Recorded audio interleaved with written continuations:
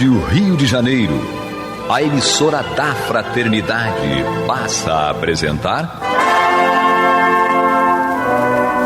Luz na Penumbra, programa que leva ao seu coração a mensagem da doutrina espírita.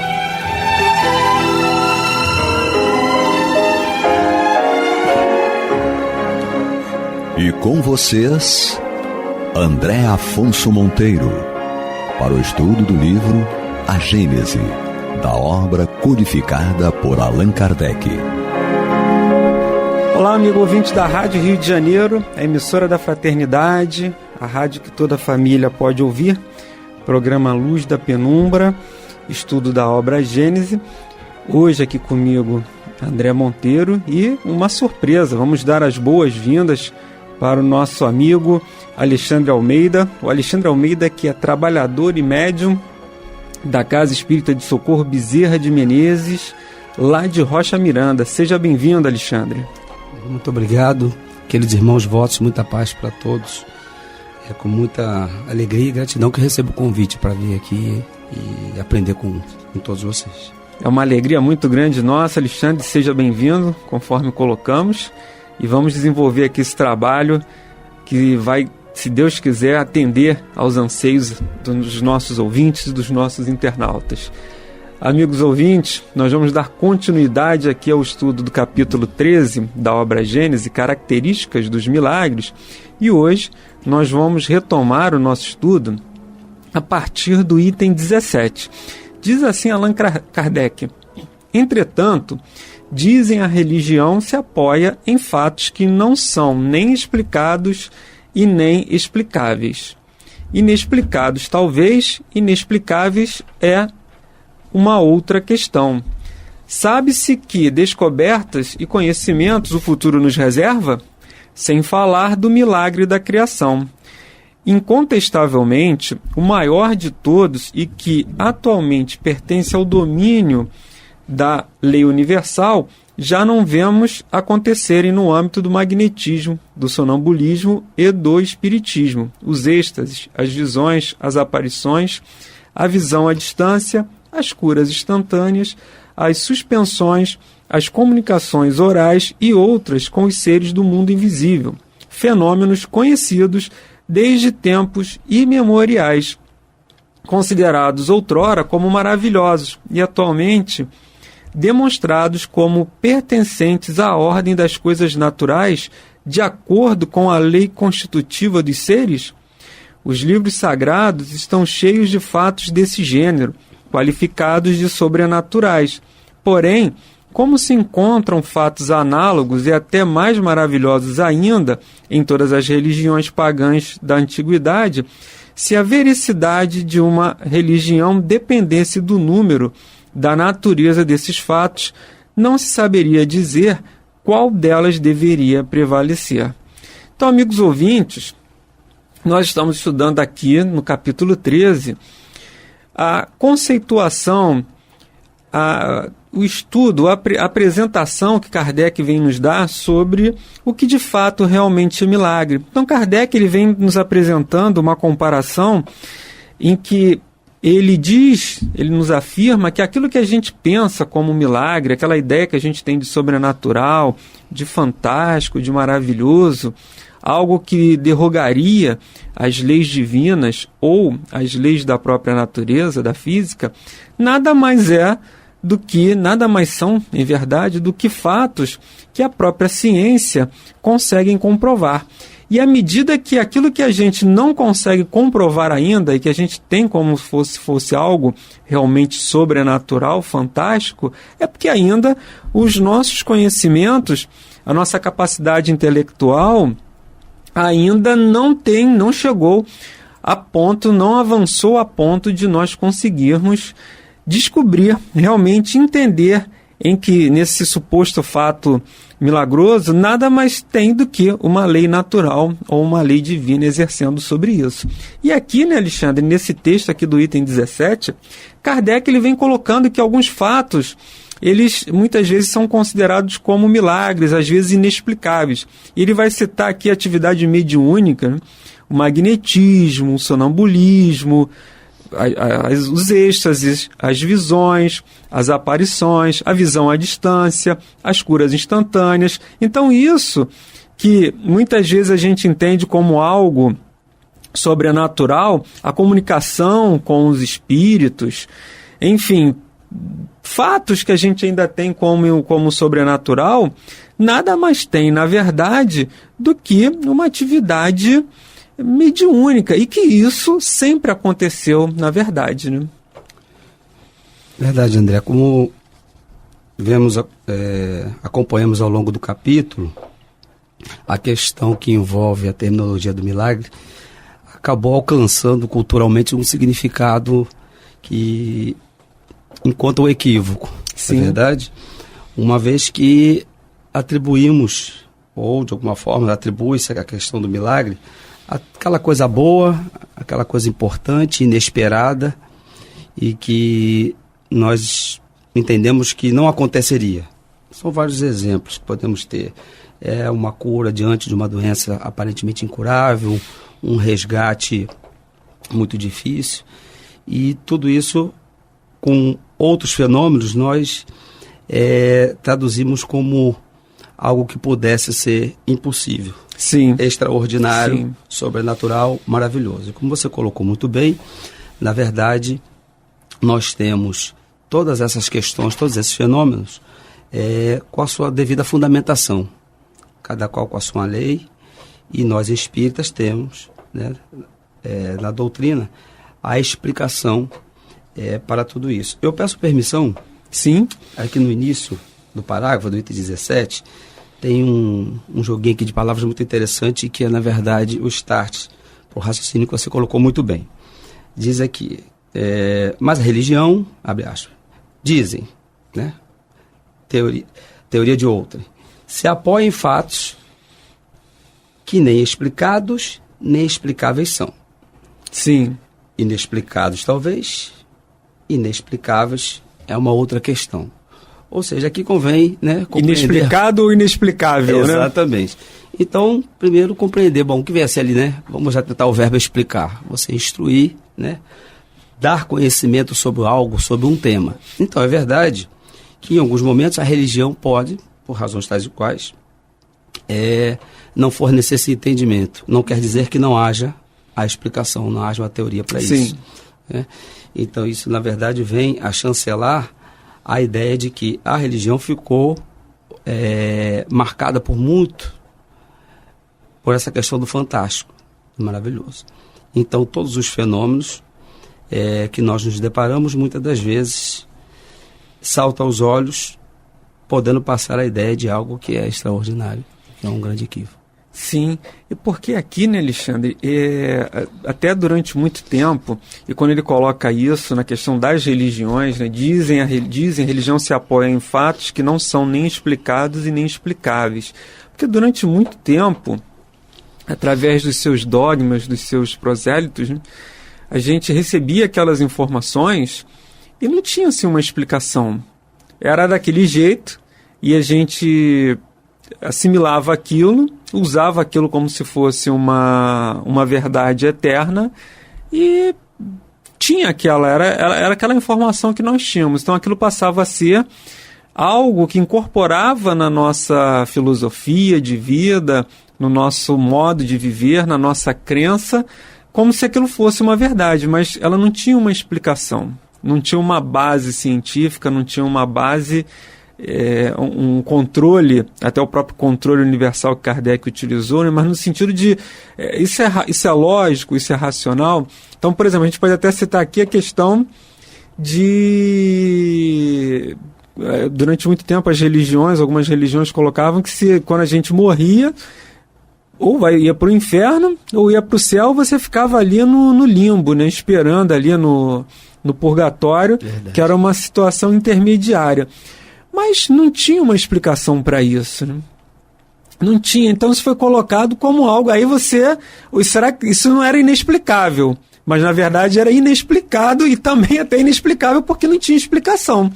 E a partir do momento que as outras religiões foram avançando no campo da ciência, foram verificar, não é isso. Não é que você morreu, ou você vai para o céu, ou você vai para o inferno, ou você vai ficar ali no purgatório. Então, através das experimentações, através da própria mediunidade, como Kardec coloca aqui, a comunicação com os espíritos, a gente começou a ver que não, morreu, não é assim, não acaba, continua. Certo. Se alguém falasse isso, vamos dizer lá, há séculos atrás, a gente ia achar que isso era uma loucura. Como deve ter acontecido. Né, para análise. Porque não tinha elementos. Então, assim, então quando um espírito, que essas comunicações sempre aconteceram, né? Desde que a gente é gente, as comunicações com o mundo espiritual, desde que a gente passou ao pensamento contínuo, teve essa possibilidade de comunicação com o mundo espiritual.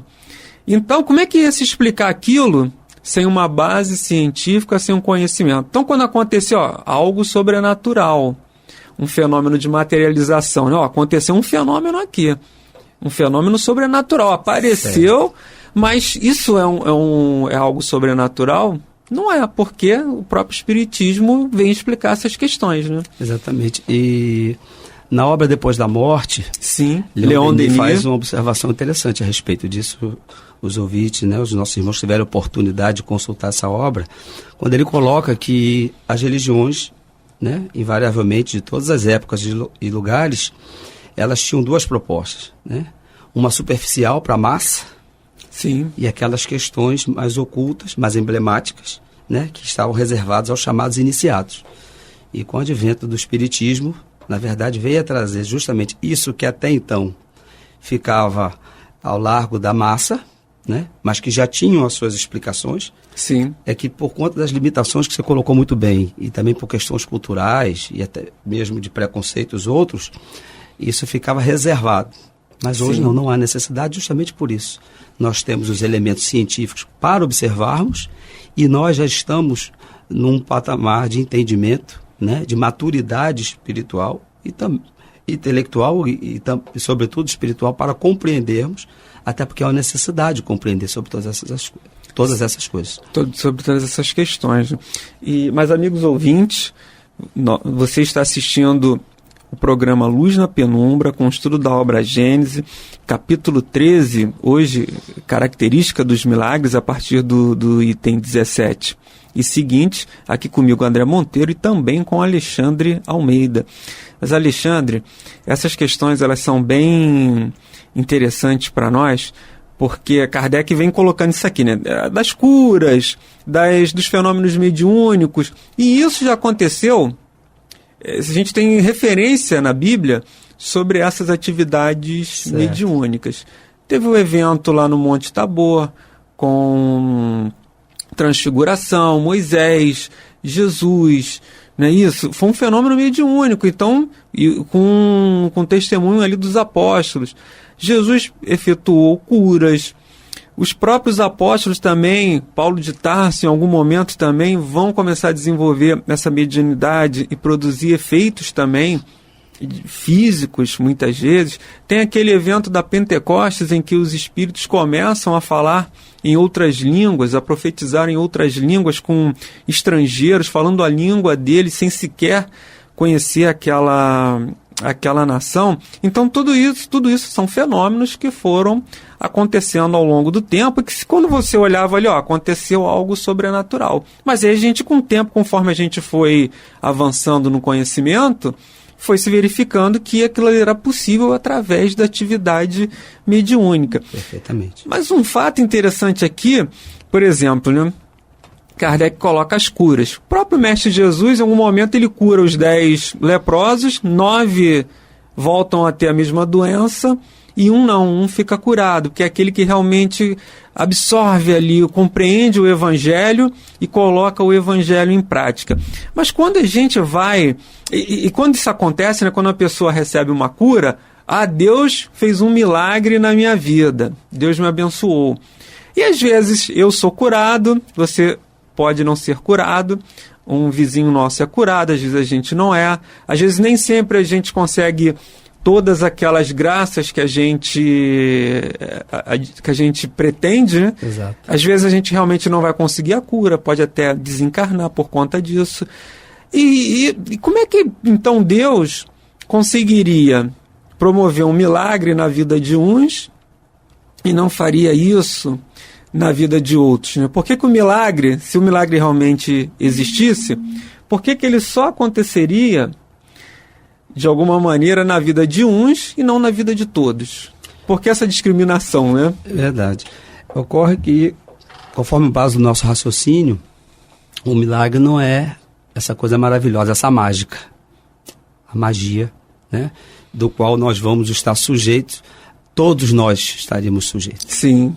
Nós temos, então, estamos regidos por leis.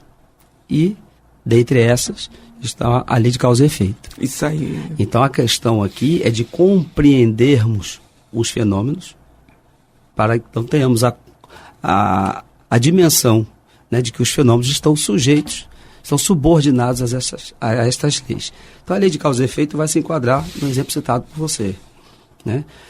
Uma pessoa que recebe a dádiva, vamos colocar dessa forma, de uma cura, ela está, na verdade, ali atrelada ao seu histórico espiritual, à sua vida, às suas conquistas, às suas realizações positivas e negativas, tanto quanto o outro que, porventura, não tenha encontrado. Jesus não curou a todos que foram até ele.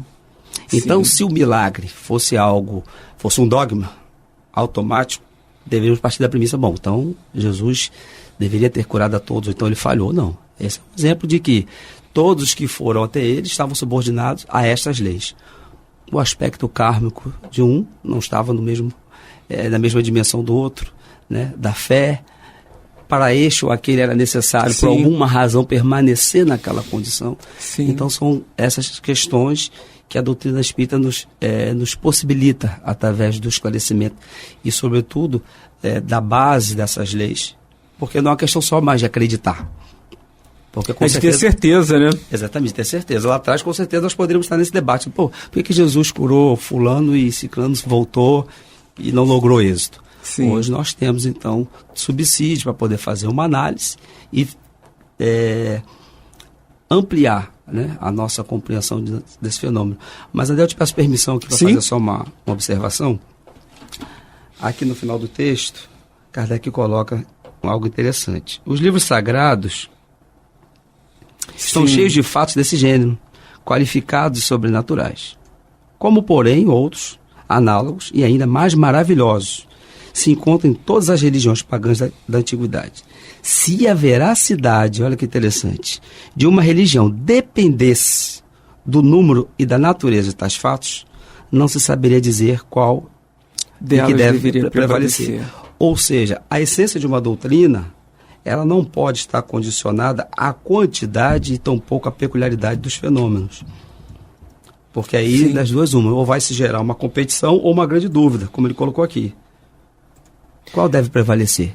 E essa é a razão pela qual nós encontramos ao longo desses anos também muitas guerras, muitos desentendimentos, porque diante da superficialidade da questão, não, eu tenho razão, se esse fenômeno faz parte da minha doutrina, vamos recordar lá de Elias, né, com os profetas de Baal. Sim. Eu vou promover um fenômeno, quero ver se eles vão quem é se eles vão conseguir, quem é o mais poderoso. É porque muitas religiões também, né, algumas doutrinas, né, Alexandre, elas costumam fazer a sua promoção, sua autopromoção, no sentido de que disso que você falou e que Kardec coloca aqui, né? Se fosse contar essas questões dos feitos que aquela religião produzisse, a coisa ia ficar complicada. Mas algumas religiões, elas acabam desenvolvendo a sua promoção justamente nesse sentido. Ó, se você vier para cá, a sua vida vai mudar, ou você vai atingir o seu objetivo, vai conseguir receber aquela graça, e acabam até fazendo uma propaganda, usando isso. As pessoas, quando recebem aquela graça, acabam se dando o seu testemunho, o seu depoimento, fazendo ali uma promoção. Vem para cá, que aqui, né, que Deus está promovendo, está produzindo os milagres aqui. Eu lembro de um filme que era muito interessante, que Deus ele outorga os seus poderes para um humano. Sim. E aí esse humano, o que ele faz? Como ele foi ver ali as tarefas de Deus, que era muita coisa, ele dá um sim para tudo. Então, tudo que todo mundo pedia era assim. Então, todo mundo pedia ali, um grande número de pessoas pediram para ganhar na loteria. Então, milhares ganharam na loteria. Então, ele foi transformando aquele mundo ali num caos. Porque ele foi atendendo a todos os pedidos, né? E você vê que realmente, na verdade, isso não tem a ver com a religião em si, com a força da religião, ou com o poder da religião. Aquilo está realmente de acordo com a necessidade e o merecimento da pessoa, né? Até como você falou na sua outra explicação, porque a lei de causa e efeito, a programação reencarnatória, porque a gente, de alguma maneira, tem uma prova. Agora, qual o tempo de duração dessa prova, né? Eu vou ter uma doença. Quanto tempo que eu programei que essa doença vai ser necessária para mim? Será que eu vou ter que desencarnar por conta dessa doença? Programei isso? Ou será que eu vou ter no meio do processo, no meio não, porque se ele terminou, porque ele já não tinha mais sentido, né? Em algum momento eu vou receber essa cura, vou conseguir me curar. Então tudo isso realmente tem a ver com o merecimento, com a necessidade e da programação espiritual de cada um, né? E a proposta da religião não é de se promover, autopromover, como você colocou muito bem. E lamentavelmente nós vivemos numa época, casos, exatamente, né? Em que nós encontramos esse marketing, né, religioso, essa proposta. Olha, vem aqui, que aqui você encontra salvação, aqui você prospera, como se fosse justamente num círculo determinado, num determinado templo, ou uma determinada doutrina, em que nós iríamos encontrar realmente tudo o que desejamos e que, muitas das vezes, equivocadamente, entendemos ser o ideal para as nossas vidas. A proposta da religião é de religar o homem à sua essência. Sim, isso, né? Aí. De compreender... Sua essência divina. Né? De compreender justamente tudo isso que você colocou aí na sua fala. Ou seja, nós compreendemos onde eu estou, por que eu passo por determinadas situações, para que questionamentos como por que fulano foi curado e eu não? Ou seja, todas essas questões que nos levam à insegurança e muitas das vezes à revolta por conta da falta de compreensão. Então, a proposta da religião, independentemente da forma, ou seja, da doutrina do qual nós nos afinizamos, não é de esta é maior ou melhor. Ou melhor, como isso aí. Kardec sugeriu aqui. Porque aí os fenômenos, e lamentavelmente ainda existe um apelo muito grande com relação à questão dos fenômenos. Sim, né? Porque os fenômenos vão acontecer em todas, de alguma maneira, isso. Né? E mais adiante, nesse mesmo capítulo, nós vamos ter a oportunidade de avaliar isso de uma forma mais categórica. Muito bem. Até porque, né, o Alexandre, essas questões, elas estão ligadas realmente aí à nossa necessidade, ao nosso amadurecimento, à nossa compreensão. E o Espiritismo, na verdade, ele vem nos fazer isso. Eu lembro de um amigo uma vez que a mãe dele teve uma doença e ela acabou desencarnando por conta dessa doença.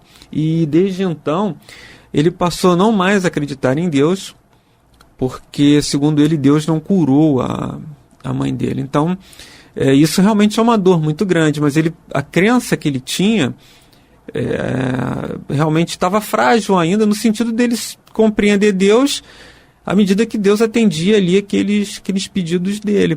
E naquele instante, como a mãe dele não foi curada, ela veio desencarnar porque ela completou a programação dela. Perfeito. Completou a programação, retornou ao mundo espiritual. Então, ele não compreendeu dessa maneira.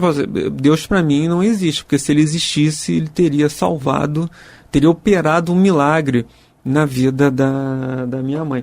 Mas, Alexandre, nós estamos chegando ao final. Gostaria das suas considerações finais, das suas despedidas, e muito obrigado pela sua presença aqui. Bom, mais uma vez eu agradeço e peço permissão, não poderia deixar de fazer uma referência.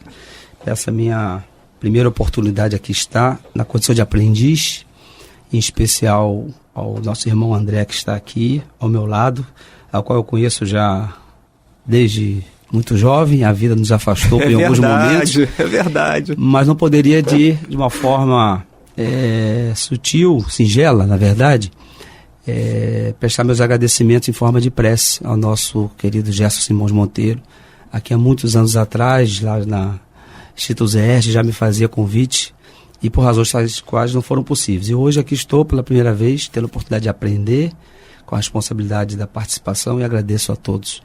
Muito bem. Amigos ouvintes, nós chegamos ao final do programa, desejando a todos muita paz em seus corações e até a próxima semana, se Deus quiser. Você está ouvindo pela Rádio Rio de Janeiro o programa Luz na Penumbra.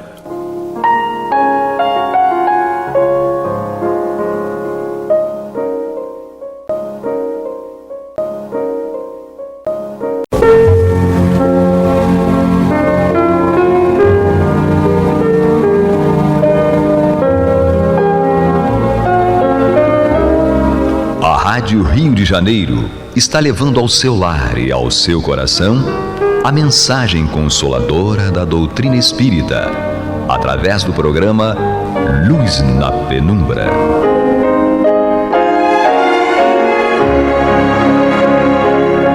E agora com vocês, Nádia do Couto Vale, para comentar o céu e inferno ou a justiça divina segundo o Espiritismo, da obra codificada por Allan Kardec.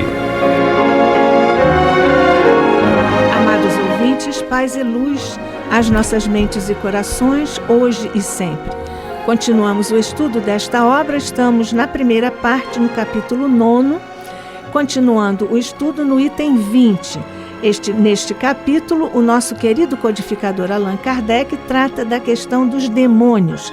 Ele já analisou nos itens anteriores a compatibilização de alguns conceitos da doutrina espírita com a lógica das postulações da teologia católica, e algumas outras ele analisou contrapondo os princípios da filosofia espírita.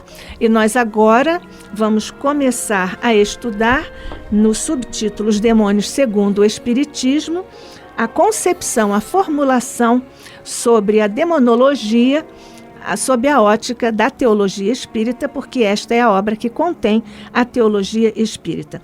Nós estamos hoje recebendo com muita alegria o nosso querido companheiro Marcos Davi, que está aqui conosco. Nós agradecemos, Marcos, muito obrigada por aceitar nosso convite. Que agradeço a oportunidade, Nádia. Pois é, para estudarmos aqui esta obra, o Marcos é expositor espírita, é advogado de profissão e vai trazer generosamente aqui o fruto dos seus estudos e da sua experiência no estudo da doutrina espírita e do Evangelho de Jesus. Marcos, nós estamos então aqui estudando os demônios segundo o Espiritismo no item 20. Correto. Nós vamos lendo aqui este primeiro parágrafo e vamos comentá-lo depois para nos deliciarmos com o texto de Allan Kardec. Segundo o Espiritismo, nem anjos nem demônios são entidades distintas. Por isso que a criação de seres inteligentes é uma só. Unidos a corpos materiais, esses seres constituem a humanidade que povoa a Terra e as outras esferas habitadas.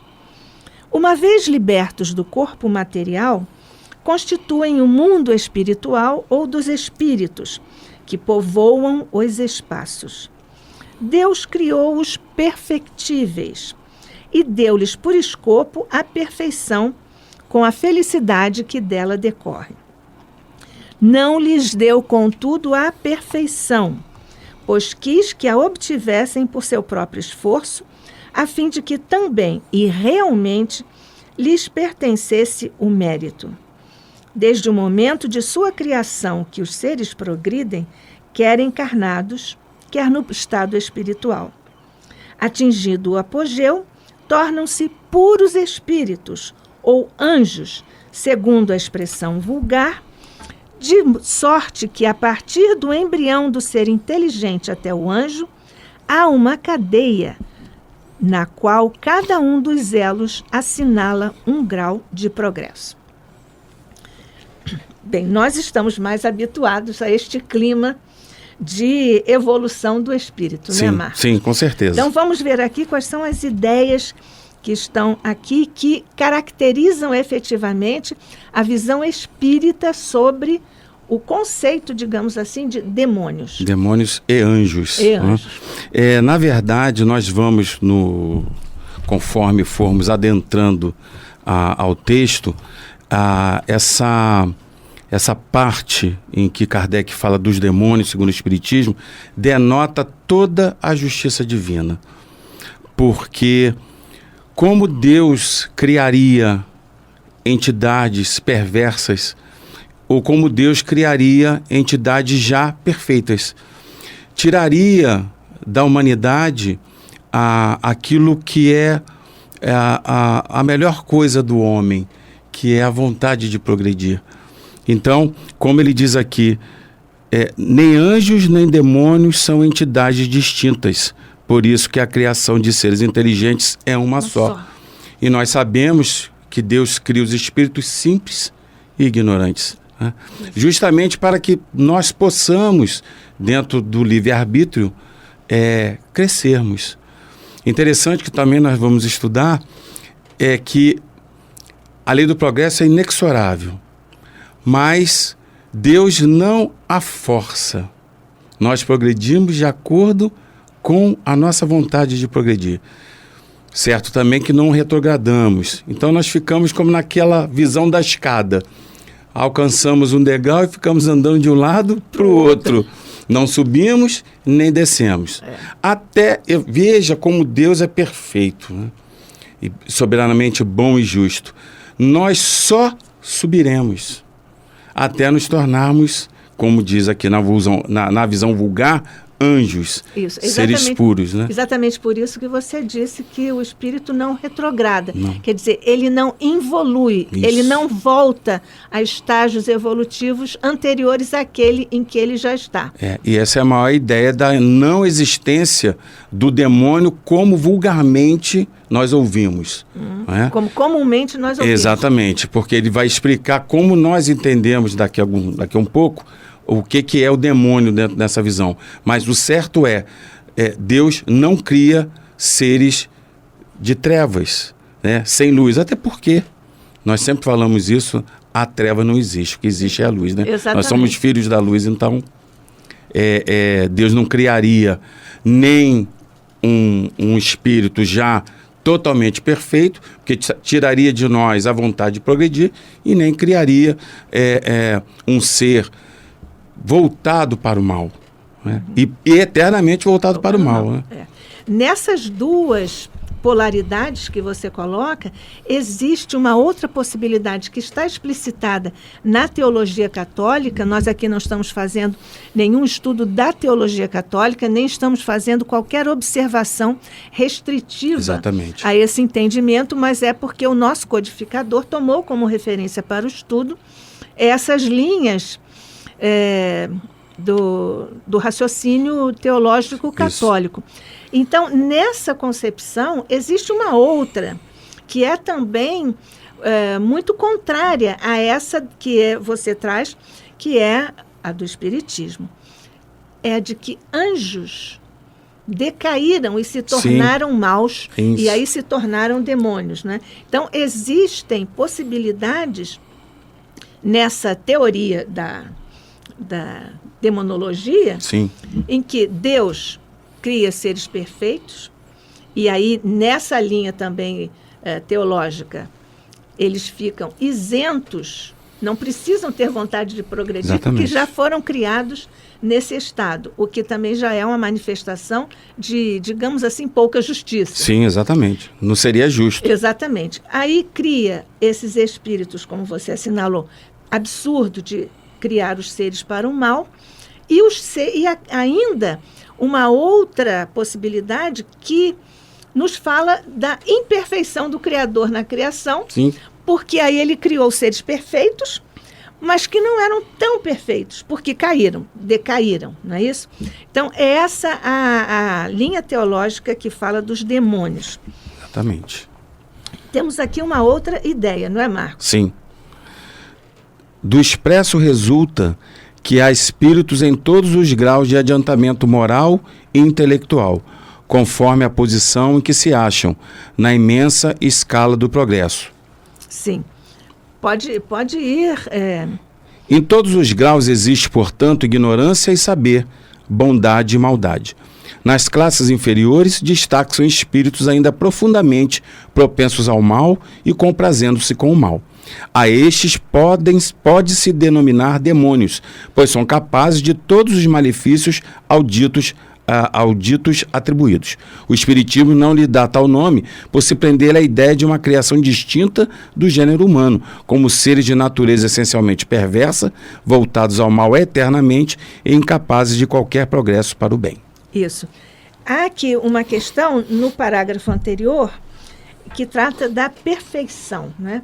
Quando Deus cria, como você muito bem disse, os seres com vontade de progredir, e essa é a grande alavanca, a vontade, como é a formulação do Leon Denis, né? A vontade é uma grande alavanca da alma. Isso, perfeito, Nádia. Mas Deus dá a perfeição ao espírito no ato da criação, ô Marcos?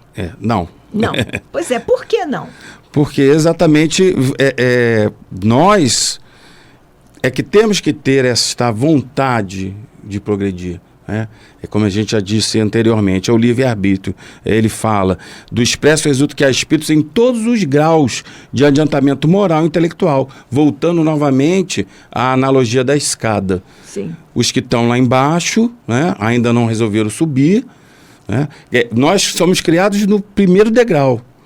Conforme vamos deixando de ser ignorantes das coisas da vida, das coisas do espírito. Através das experiências. Exatamente, das experiências da vida, das encarnações, nós vamos subindo de degrau conforme nós vamos nos adiantando moral e intelectualmente. A questão das asas. Né? A gente sempre fala, desenvolvimento da asa moral e da asa intelectual.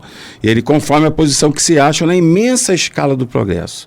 É imensa, quase que infinita. Agora, o Kardec trata dessa escala, né? Ele é muito didático, evidentemente, um grande para nossa compreensão. Para nossa compreensão. E ele coloca essa escala no item 100. Nem vou dizer pergunta, porque não é propriamente uma pergunta com resposta, mas no item 100 de O Livro dos Espíritos, que corresponderia à 100ª pergunta, ele fala dessa escala. Né? Não só fala, como oferece essa escala que traduz as dificuldades que nós vamos, digamos assim, oferecendo à vida, ostentando, até nós atingirmos ápices da perfectibilidade neste planeta.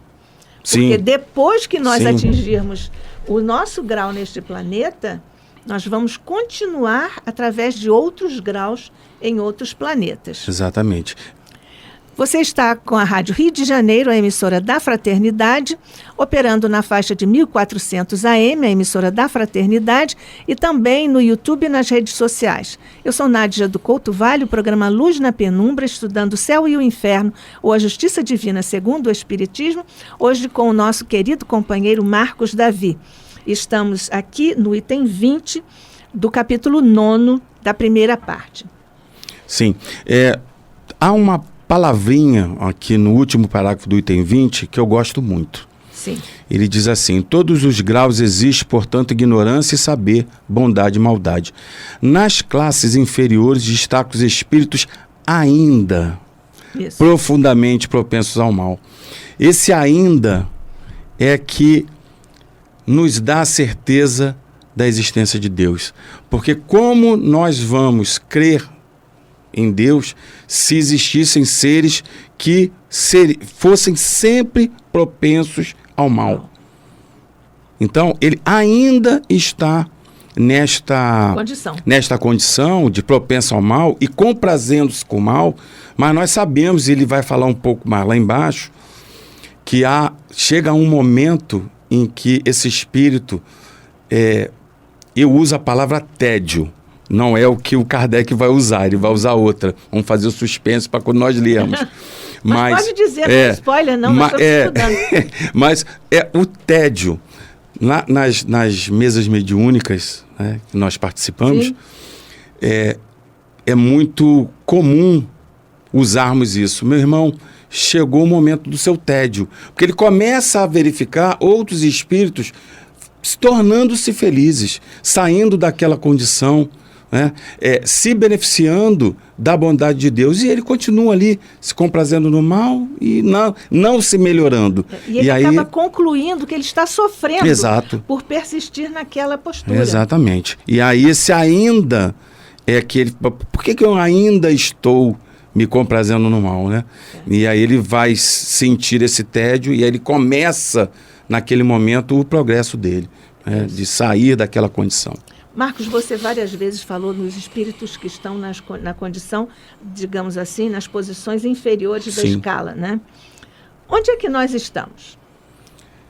Olha, em que nível nós estamos? É complicado. Viva Sócrates. Estamos aqui nos voltando para Sócrates. Né?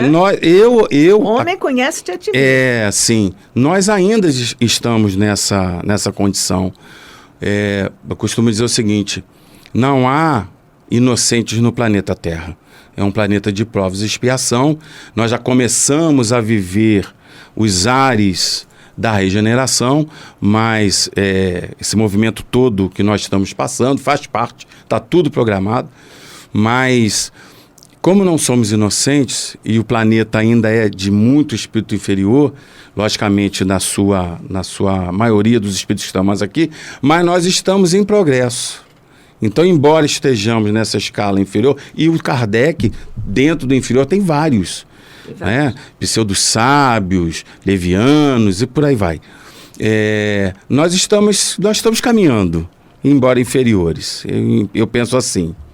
Pois é, assim pensa o Kardec, porque na verdade assim pensam os espíritos orientadores da humanidade. Exatamente, não é isso? O nosso querido Kardec, e o Marcos acabou de se reportar a escala, então nós podemos aqui falar sobre as diferentes ordens de espíritos, em que o Kardec trata aqui no Livro dos Espíritos. Ele fala da escala espírita, que é essa escada a que o Marcos se refere. Depois, terceira ordem, espíritos imperfeitos. Depois, e aqui, olha, são muitas classes de espíritos imperfeitos. São várias. Depois, segunda ordem, os bons espíritos. Engraçado que aqui o número de ordens é menor. Bem menor. Por que será? Não é isso? Porque porque a gama das nossas dificuldades morais, na verdade, os nossos defeitos, é bem ampla. E a primeira ordem dos espíritos puros só tem uma classe. Tem uma classe que, na verdade, ele nem coloca como classe, exatamente. Ele fala dos caracteres gerais. Ele diz classe única. Classe única, exatamente. Você quer comentar aí aqui alguma coisa? Porque nós estamos aqui com os espíritos bons, sim, estamos assistindo. Exatamente. E estamos com a escala. Nós somos aqui, estamos estudando os espíritos imperfeitos e sendo orientados pelos bons espíritos. Sim, ainda claro. bem. É pela misericórdia de Deus. Exatamente. Pela misericórdia. Mas assim, nas palestras nós sempre falamos assim, para nós não ficarmos muito tristes, e nem sermos sempre otimistas, nós estamos caminhando para a segunda escala. Mas nós temos que esforçar. Pois é. Então, só para nós partilharmos isso, 10ª classe, espíritos impuros. 9ª classe, espíritos levianos. Depois, os espíritos pseudo-sábios, aqueles que se fazem de sábios, mas não são. Isso. Os batedores e perturbadores, que ajudaram muito na codificação, né? No início da codificação, os batedores ajudaram bastante, né? Mas não com a disposição que está posta aqui exatamente nessa classe. Não é isso? Até porque eles foram orientados pelos bons. Eles foram orientados, não é isso? Porque há também o reconhecimento da necessidade do trabalho e da oportunidade do trabalho para todos. Espíritos superiores certamente poderiam ter feito o que eles fizeram. Com certeza. Mas não fizeram. Por quê? Porque esta é a tarefa que outros estão podendo fazer no momento. Exatamente. Então, eles são aproveitados para experimentarem a alegria do trabalho. Exatamente. Né? Nas suas possibilidades. E ele começa a sair daquele tédio que nós falamos. Exatamente. Nós pulamos aqui os espíritos neutros que estão antes dos batedores. Na segunda ordem, os bons espíritos, e que nós temos aqui as classes, que são os espíritos benévolos, os espíritos sábios, agora sim, na segunda ordem. Sim. Depois, os espíritos de sabedoria. É bom estudar isso, que não vamos fazer agora, mas os espíritos de sabedoria e os espíritos superiores e os espíritos sábios. E depois, na primeira ordem, classe única, os espíritos superiores mesmo. Então, nessa condição, Marcos, nós temos aqui que no plano da evolução, todos chegaremos lá. Sim. A expectativa divina, isso é uma certeza, na ordem da criação, é que todos cheguemos lá. Mas você mesmo já disse, vai depender da disposição de cada um de nós, no esforço que tem que ser pessoal, intransferível. E também, então, nós estamos diante da perfeição. Quem é perfeito? Deus. Sim. Deus não pode dar a perfeição. Não. Porque nenhum de nós seremos deuses iguais a Ele, né? Exatamente. Nós somos deuses numa escala abaixo. Isso. Mas qual é a característica, ou qual é, melhor dizendo, o atributo que Deus infundiu no ato da criação em cada espírito para nós chegarmos lá, a essa perfeição relativa? É a perfectibilidade. Sim, como ele fala aqui. Exatamente, porque nós somos perfectíveis. Nós somos perfectíveis. Então, às vezes, as pessoas ficam se julgando inferiores, a autoestima muito baixa, eu não dou para nada, não sirvo para nada. Isso não é verdade. Não. Isso são as causas das doenças atuais, né? A depressão vem muito disso. Mas aí a questão fica presa no passado, e aí vamos lá na reencarnação, né? Nas encarnações anteriores, né? Mas o que você falou é muito certo, né? Se nós tivermos essa visão, todos tivessem essa visão, com certeza a depressão seria muito... não teria tanta depressão como tem hoje, né? E nem a ansiedade, que é o avanço no futuro. Nós sabemos que nós chegaremos lá, mas cada um tem o seu momento.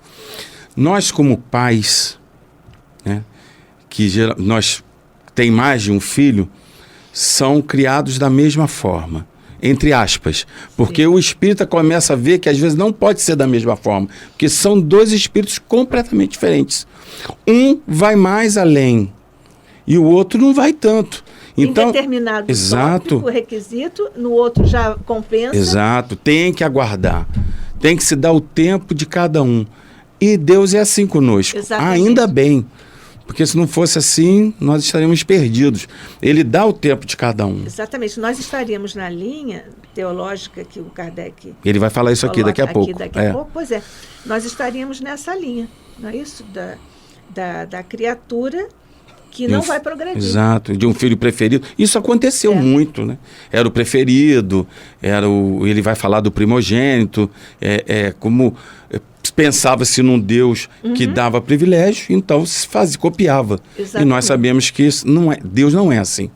E que esse é um mecanismo de projeção que a psicologia estuda, não é? Sim. E trata disso, da projeção. O homem projeta as suas próprias dificuldades, fraquezas, os seus próprios problemas, numa conceituação claramente equivocada de Deus. Exatamente. E, assim, ainda bem que o homem, na área, agora eu vou falar um pouco da área que eu atuo, né? Que é o direito, o direito percebeu isso, porque o primogênito tinha preferência, por exemplo, na herança sobre o caçula.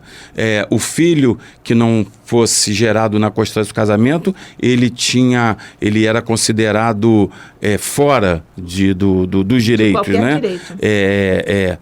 Tá me fugindo a palavra, como se chamava. Daqui a pouco eu vou lembrar. Enfim, hoje não. Hoje todos têm os mesmos direitos, seja da constância do casamento, até porque o casamento hoje, juridicamente falando, ele é a união da vontade de duas pessoas, não precisa ser ter feito do CIV, consagrado, não. Documento. Então, os filhos também tiveram essa oportunidade de serem reconhecidos, como não eram. Ou seja, o legislador começou a receber as mensagens que veio do alto, porque se o pai ou a mãe se equivocarem em algum momento, ele não tem nada a ver com isso. Né? Exatamente. Então, nós vemos que a justiça na Terra evolui de acordo com a evolução do espírito. Eu lembrei, nós não somos filhos de bastardos. Nós somos bastardos. Não somos, né? Não somos Ainda do bem. ponto de vista da lei divina e não somos agora também pela lei dos homens. Graças a Deus, não. Nós estamos encerrando o estudo só por este encontro, mas nós marcamos para o nosso próximo encontro a continuidade deste estudo com o nosso querido irmão, companheiro Marcos Davi, que carinhosamente, generosamente partilhou conosco os seus conhecimentos no estudo da doutrina espírita. Amados ouvintes, paz e luz às nossas mentes e corações, hoje e sempre. Que assim seja.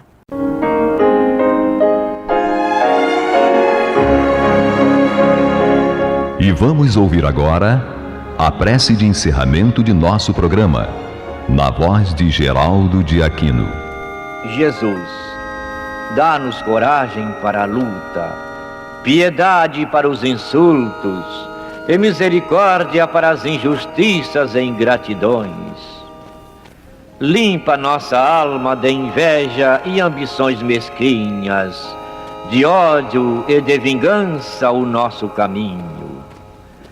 E que dentro em pouco, ao recolher-nos de novo ao calor do nosso leito, para que o sono nos dê a paz e o esquecimento das tristezas humanas, possamos sentir, Senhor, no mais íntimo de nosso ser, a doçura indefinível do Teu amor e a grandeza incomparável da Tua divina presença. Que assim seja.